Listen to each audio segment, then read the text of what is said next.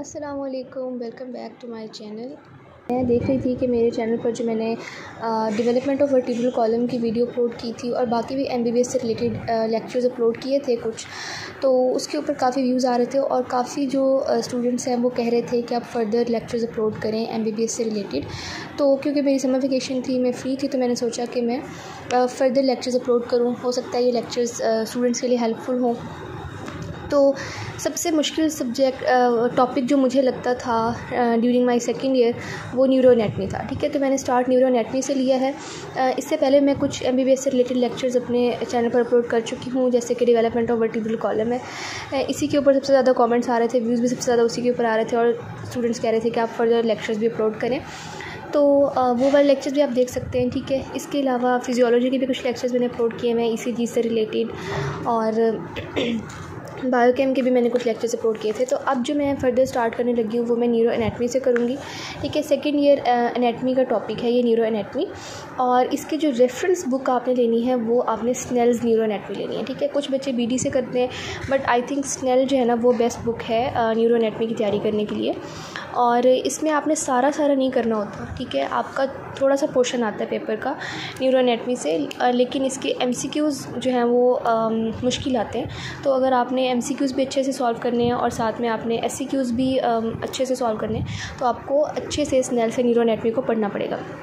And believe me, अगर आप लोग इन लेक्चर्स को फॉलो करेंगे तो इंशाल्लाह विद इन 2 to 3 वीक्स, ये जो मोस्टली बच्चों के अब समर वेकेशन होंगे, तो अगर आप समर वेकेशन में कुछ और नहीं पढ़ना चाहते, तो अगर आप न्यूरो एनाटमी का छोटा सा टॉपिक कवर करना चाहें तो ये आपका 2 to 3 वीक्स में इंशाल्लाह इन लेक्चर्स के थ्रू आराम से कवर हो जाएगा। ठीक है, तो आपने जो स्नेल न्यूरो एनाटमी से जो मेजर चैप्टर्स करने हैं वो चैप्टर 4, 5, 6, 7, 8, 9, 10, 11, 12 एंड चैप्टर नंबर 17 है। ठीक है, ये वो चैप्टर्स हैं जो आपने हर सूरत करने हैं ताकि आपका न्यूरो एनाटमी का प्रॉफ में क्वेश्चन भी कवर हो जाए और साथ में आपका न्यूरो एनाटमी का जो है वो एमसीक्यूज़ भी इसके सारे कवर हो जाए। ठीक है, क्योंकि अक्सर स्टूडेंट्स क्या करते हैं कि न्यूरो एनाटमी का जो टॉपिक होता है इसको पास्ट पेपर से करते हैं। तो पास्ट पेपर से करने से ये होता है कि एससीक्यू तो आपका सॉल्व हो जाता है, लेकिन आपके एमसीक्यू सॉल्व नहीं हो पाते। तो अगर आप लोग एमसीक्यूज़ को एससीक्यूज़ को अच्छे तरीके से कवर करना चाहते हैं, क्योंकि सारी गेम जो होती है ना पेपर में वो एमसीक्यूज़ की होती है, जिसके एमसीक्यूज़ में अच्छे मार्क्स आते हैं फिर उसकी डिस्टिंक्शन आ जाती है, और जो एससीक्यूज़ सब बच्चों के एक जैसे होते हैं, बिकॉज मोस्टली पेपर में जो प्रॉफ का पेपर होता है उसमें पास्ट पेपर्स में से एमसीक्यूज़ आते हैं, तो वो तो सब बच्चों ने किए होते हैं, लेकिन एमसीक्यूज़ जो होते हैं वो थोड़े से डिफ़िकल्ट होते हैं, तो वो उन्हीं बच्चों के सही होते हैं जिन्होंने अच्छे से पढ़ा होता है। सो आई होप कि अगर आप इन लेक्चर्स को फॉलो करें तो इंशाल्लाह आपकी न्यूरो एनाटमी की बहुत अच्छी तैयारी हो जाएगी। तो आज के लेक्चर में हम स्टार्ट करेंगे chapter number 4, Snell's neuro anatomy. ठीक है, मैं यहाँ पे लिख देती हूँ, ये मैं स्नेल्स न्यूरो एनाटमी से करा रही हूँ। तो स्नेल्स न्यूरो एनाटमी आपने ले लेनी है, लेकिन अगर आपके पास बीडी है, आपके कॉलेज ने उसको रेकमेंड किया हुआ है, तो फिर आप उसी को यूज़ कर लें। ठीक है, बातें तो दोनों में सेम ही लिखी हुई हैं, लेकिन स्नेल में थोड़ा ज़्यादा अच्छे तरीके से उसको एलेबोरेट किया हुआ है और ज़्यादा अच्छे तरीके से समझाया हुआ है। तो मैं तो यही कहूँगी कि आप स्नेल ही यूज़ करें। तो आज हम लोग स्नेल का चैप्टर नंबर 4 स्टार्ट करने लगे हैं, और उस चैप्टर नंबर 4 में आपने कौन कौन से टॉपिक्स पढ़ने हैं? Spinal cord, ascending tracts, descending tracts and intersegmental tracts. ठीक है, अभी हम लोग सारी डिटेल देखेंगे। स्पाइनल कॉर्ड क्या होती है, ट्रैक्ट्स क्या होते हैं, फिर असेंडिंग ट्रैक्ट्स क्या होते हैं, डिसेंडिंग ट्रैक्ट्स क्या होते हैं, इंटरसेगमेंटल ट्रैक्ट्स क्या होते हैं, और फिर इस चैप्टर के एंड पर मैं आपको इस चैप्टर के इंपॉर्टेंट क्वेश्चंस जो कि आ सकते हैं, इंपॉर्टेंट पॉइंट्स जो कि एमसीक्यू के फॉर्म में आ सकते हैं, वो मैं आपको सारा बताऊँगी।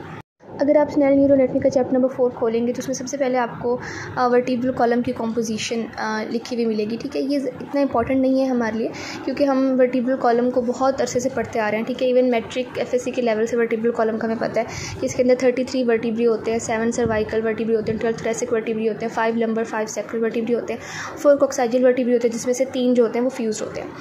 तो इसके अलावा ये क्या होता है, इसके अंदर जॉइंट्स होते हैं। ठीक है, और इंटरवर्टिब्रल डिस्क होते हैं जिसकी वजह से फ्लेक्सिबल होता है, और वर्टिब्रल कॉलम की फ्लेक्सिबिलिटी की ही वजह से हम लोग अपनी जो बैक है उसको हम मूव कर सकते हैं, हम बेंड हो सकते हैं एंड ऑल दैट। ठीक है, तो वर्टिब्रल कॉलम जो है ना बेसिकली इसने हमारे स्पाइनल कॉर्ड को कवर किया हुआ है और ये हमारे स्पाइनल कॉर्ड को प्रोटेक्शन प्रोवाइड करते हैं। जस्ट लाइक जो हमारा स्कल है, जो हमारा क्रेनियम है, उसने हमारे ब्रेन को कवर किया हुआ है, इसी तरह से जो स्पाइनल कॉर्ड है उसने उसको कवर किया हुआ है हमारे वर्टिब्रल कॉलम ने। ठीक है, तो इसको कोई इतना ख़ास ये इंपॉर्टेंट नहीं है आपके SCQs या MCQs के लिहाज से। जो मेजर टॉपिक आपका स्टार्ट हो रहा है स्नेल्स न्यूरोएनाटमी का चैप्टर नंबर 4 का, वो स्पाइनल कॉर्ड की हेडिंग से स्टार्ट हो रहा है। तो आपने अगर आप पीछे वाला पार्ट छोड़ना चाहते हैं तो कोई मसला नहीं है, आप उसको छोड़ सकते हैं। ठीक है, अच्छा, स्पाइनल कॉर्ड को हम स्टार्ट करते हैं। अब स्पाइनल कॉर्ड क्या है? स्पाइनल कॉर्ड एक रेक्टेंगुलर कॉलम है। ठीक है, एक रेक्टेंगुलर कॉलम है। ये चीज़ MCQs में आती है कि कहाँ से बिगिन कर रहा है, फोरामेन मैग्नम। ठीक है, अगर आपने न्यूरोएनाटमी स्टार्ट कर दी है और आपने स्कल को पढ़ा है तो स्कल के अंदर एक फोरामेन होता है, एक सुराख समझ लें होता है, जिसको हम फोरामेन मैग्नम कहते हैं। ठीक है, फोरामेन मैग्नम में से ये निकलता है, बिगिन होता है स्पाइनल कॉर्ड, और टर्मिनेट कहाँ पे कर रहा होता है। अब इसकी जो टर्मिनेशन के ना 2 पॉइंट्स है, एडल्ट्स में कहाँ पे टर्मिनेट करे, यंग चिल्ड्रन में कहाँ टर्मिनेट करे, ये दोनों बातें भी MCQs में पूछी जाती हैं। अब स्पाइनल कॉर्ड बिगिन एडल्ट्स में भी और यंग चिल्ड्रन में भी फोरामेन मैग्नम से ही हो रहा है स्कल में।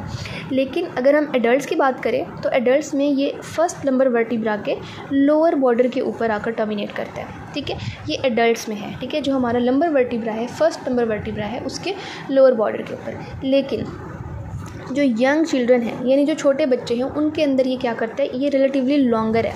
ठीक है, यानी जो एडल्ट्स हैं जिन्होंने अपनी फुल हाइट अटेन कर ली है, उनके अंदर जो स्पाइनल कॉर्ड की लेंथ है वो शॉर्टर है as compare to the children. Children में ये कहाँ पर टर्मिनेट करेगा, at the upper border of the third number vertebra. ठीक है, फॉर एग्जांपल ये आपका L1 है, ये आपका L2 है, and this is your L3। ठीक है, तो जो एडल्ट्स होंगे उनमें ये क्या करेगा, upper border lower border of the L1। ठीक है, L1, L2, L3 एडल्ट्स में यहाँ पर आकर ख़त्म हो जाएगा, लेकिन चिल्ड्रन में रिलेटिवली लॉन्गर होगा तो ये L3 के अपर बॉर्डर पर आकर ख़त्म होगा। ठीक है, यहाँ पर आकर ख़त्म होगा यंग चिल्ड्रन के अंदर।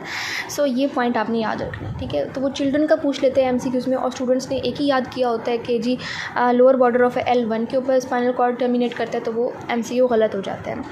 उसके बाद क्या होता है, जैसे ब्रेन की 3 लेयर्स ऑफ मेनिंजेस ब्रेन को प्रोटेक्ट करी थी, इसी तरह से 3 लेयर ऑफ मेनिंजेस जो हैं वो स्पाइनल कॉर्ड को भी प्रोटेक्ट करी हैं, और इनके नाम बहुत इंपॉर्टेंट आपको आने चाहिए। आउटर मोस्ट जो होती है वो ड्यूरा मैटर है, दरमियान में एरेकेनॉइड मैटर होती है, और बिल्कुल इनर मोस्ट जो है ना स्पाइनल कॉर्ड की जो कवरिंग है मेनिंजेस की, उसको हम कहते हैं पाया मैटर।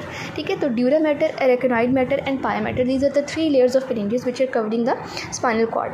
अब CSF कहाँ पे प्रेजेंट होता है, CSF भी जो है ना वो स्पाइनल कॉर्ड को प्रोटेक्शन प्रोवाइड कर रहा होता है, और ये प्रेजेंट कहाँ पर है, वेरी इंपॉर्टेंट MCQs, सब एरेकेनॉइड स्पेस के अंदर प्रेजेंट है। ठीक है, सब एरेकेनॉइड, यानी एरेकेनॉइड मैटर के नीचे जो स्पेस प्रेजेंट है उसको हम कहते हैं सब एरेकेनॉइड स्पेस। तो सब एरेकेनॉइड स्पेस के अंदर क्या प्रेजेंट है, हमारा सेरेब्रोस्पाइनल फ्लूइड प्रेजेंट है। ठीक है, उसके बाद 2 और टर्मिनोलॉजीज़ आती हैं, that is conus medullaris and filum terminale. अब अभी मैं आपको ना फिगर दिखाऊंगी, उसमें क्या होता है कि स्पाइनल कॉर्ड ऐसे एक सिलेंड्रिकल कॉलम की फॉर्म में आ रही है, लेकिन इसका जो लोअर एंड है वो ऐसे टेपर कर जाता है। ठीक है, ऐसे टेपर कर जाते हैं और कोन की फॉर्म में बन जाता है।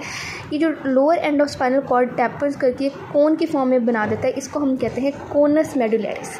ठीक है, और फाइलम टर्मिनल क्या होता है, फाइलम टर्मिनल जो है ना वो पाया मैटर की इलोंगेशन है। ठीक है, पाया मैटर इलोंगेट करता है और जाके कहाँ पर अटैच हो जाता है, कॉक्सिक्स पे जाकर अटैच हो जाता है। तो इसको हम elongation of the pia matter that is attach to the coccyx, इसको हम कहते हैं फाइलम टर्मिनल। तो ये 2 टर्मिनोलॉजीज़ जो है ना, कोनस मेडुलैरिस और फाइलम टर्मिनल, ये MCQs में भी पूछी जाती हैं, बट वाइवा में बहुत ज़्यादा पूछी जाती हैं। ठीक है, तो वाइवा क्वेश्चन है ये दोनों, क्योंकि बच्चे क्या करते हैं वाइवा में जो मोस्ट इंपॉर्टेंट क्वेश्चंस होते हैं, बड़ी बड़ी चीज़ें होती हैं, वो तो याद करके चले जाते हैं, जो बिल्कुल बेसिक बातें होती हैं वो नहीं याद करते। ठीक है, और फिर एग्जामिनर स्टार्ट ही बेसिक से करता है, तो फिर जब बेसिक ही नहीं आ रहा होता तो फिर आगे जाने का तो सवाल ही पैदा नहीं होता। तो कोनस मेडुलैरिस और फाइलम टर्मिनल क्या है ये आपको पता होना चाहिए, ये आपके दोनों वाइवा क्वेश्चंस हैं। यहाँ पर आपको स्पाइनल कॉर्ड का स्ट्रक्चर नज़र आ रहा है। ठीक है, ये अगर आप स्पाइनल कॉर्ड का स्ट्रक्चर देखें तो यहाँ से जो इसके सर्वाइकल सेगमेंट्स हैं, उसके बाद थोरेसिक सेगमेंट्स हैं, और उसके बाद लंबर सेगमेंट्स हैं, सेक्टरल सेगमेंट्स हैं। इसके नीचे अगर मैं आपको दिखाऊं तो ये देखें, यहाँ पर ये जो एक पार्ट कोन की फॉर्म में बना रहा है that is known as conus medullaris, ठीक है। और फिर उसके नीचे थोड़ा सा और नीचे अगर आप देखें तो पाया मैटर की एक इलोंगेशन जा रही है पतली सी लाइन के फॉर्म में, that is known as the filum terminale. और ये किसके साथ अटैच होगी, ये कोक्साइजियल सेगमेंट के साथ अटैच होगी, ठीक है। Filum terminale and conus medullaris. और ये आपने स्पाइनल कॉर्ड के सेगमेंट देख लिए। अब हम मेनिंजेस की कवरिंग देख लेते हैं जो कि स्पाइनल कॉर्ड को कवर करी है। तो ये जो आउटर मोस्ट कवरिंग आपको ग्रीन कलर की नज़र आ रही है that is the dura mater. उसके बाद जो दरमियान वाली कवरिंग है ब्लू कलर में आपको नज़र आ रही है दैट इज़ द एरेकेनॉइड मैटर। और सबसे इनर मोस्ट जो मेनिंजियल कवरिंग है स्पाइनल कॉर्ड की that is the pia matter, ठीक है। तो ये हो गई। उसके बाद अब इनर स्ट्रक्चर जो है स्पाइनल कॉर्ड का वो हम अगले पार्ट में देखते हैं।